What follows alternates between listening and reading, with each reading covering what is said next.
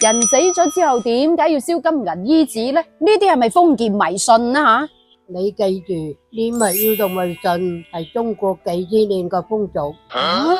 清明節、中元節，我哋都會燒啲金銀衣紙俾過咗身嘅親人。咁呢一個亦都係中國幾千年嚟嘅習俗，希望可以通過燒衣紙嘅方式嚟表達我哋嘅哀思，同時亦都祈禱已逝嘅親人保佑一家人都一切順利咁話。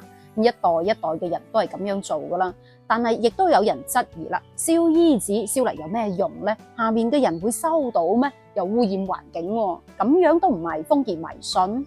想知道燒紙究竟係傳統定係封建迷信，就要了解下燒紙嘅起源咯。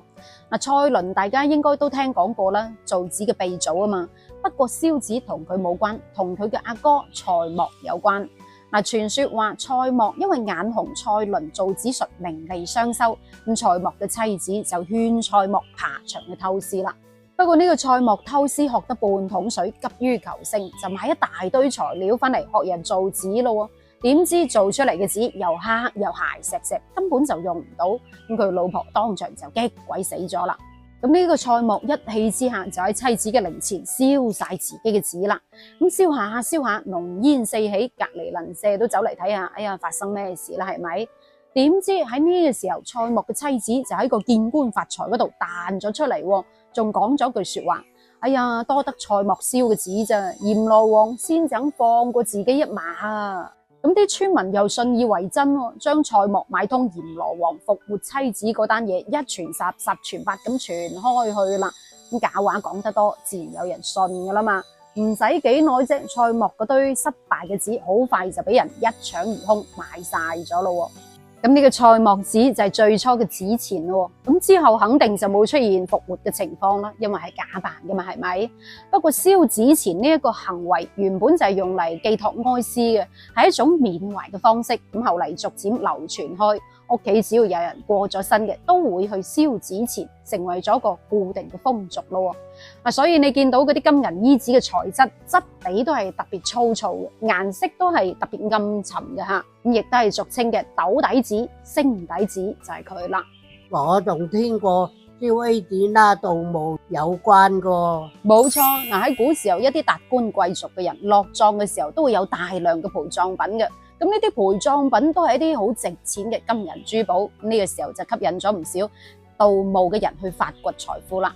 喺三國時期，咁因為打仗需要到大量嘅金錢噶嘛，咁曹操仲專門成立一個盜墓嘅部門，發掘一啲財富去充當軍資。後嚟為咗防止盜墓賊，咁達官貴族嘅人就喺自己嘅墓地嗰度整機關啦。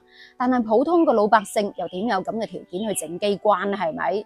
不過又想保護自己嘅墓地唔好俾人掘喎，咁於是乎諗咗個計仔，將啲值錢嘅金銀珠寶陪葬品換成係唔值錢嘅紙錢啦。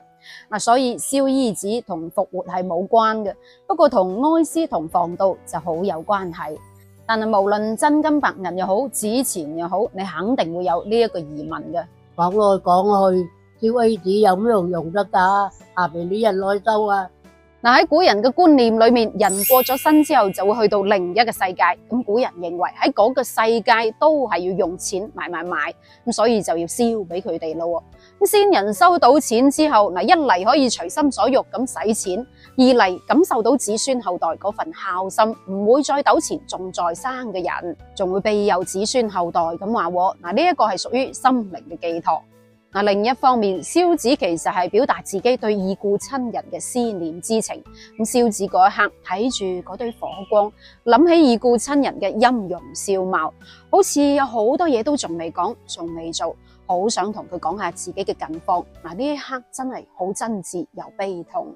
明明佢已經離開咗噶啦，但係燒紙嗰一刻又覺得佢好似未曾離開過。講到呢度，你有冇發覺，無論供奉又好，祭祀又好，或者燒紙都好，其實都只不過係一個儀式嚟嘅啫，係生者對死者一種緬懷嘅方式。呢一個就係情懷啦，同中國無數嘅家庭維繫起身，冇辦法割捨嘅家人。所以睇到呢度，你認為燒紙係千年嘅傳統風俗啊，定係唔夠科學嘅迷信啊？吓，咁當然啦，有啲人認為燒紙係陋習，主要都係因為燒紙會污染環境，容易引發火災。呢一個係好難去駁佢㗎吓。咁至於認為係迷信，係相信科學，認為另一個世界係唔存在嘅，就算存在都好，祖先一早就已經託咗世啦，仲點會收到你嗰啲紙屋啊、紙別墅啊、紙車啊、紙公仔啊，係咪？而我認為千年嘅文化就用簡單迷信兩個字去取締，其實有啲過於草率嘅吓。嗱，講到呢度令我諗起有單爭議性嘅新聞，咁發生喺早期，南通市對於上墳燒紙進行抵制同埋處罰，就係呢一單嘢引起公憤，網友罵聲一片，話佢哋咁樣抵制係唔應該嘅，唔應該將傳統嘅美德變成口中嘅迷信。搞到連央媒都睇唔過眼，話掃墓時燒冥紙談不上是封建迷信，佢其實就係生者嘅救贖同埋安慰，係對已故親人嘅嗰種思念同埋緬懷嘅方式，係傳承千年嘅文化，亦都係中華文化特殊嘅符號，係大眾嘅心理需求，同時亦都係提醒做子女嘅要識得及時行孝，父母百年歸老之後唔好忘記已故嘅親人。但係同時亦都係要提醒我哋要文明祭祀，喺指定嘅地點焚燒，唔可以話喺城市嘅街頭街尾、路口，又或者係小區樓下嘅草叢邊去焚燒。咁樣一旦影響到其他人嘅話，就會變成指責啦。燒紙暫時同大家分享住咁多，咁到最後阿婆話要問下大家，你覺得燒灰紙係流感迷信定係傳統風俗？留低你嘅見解，我哋下一期再見，拜拜。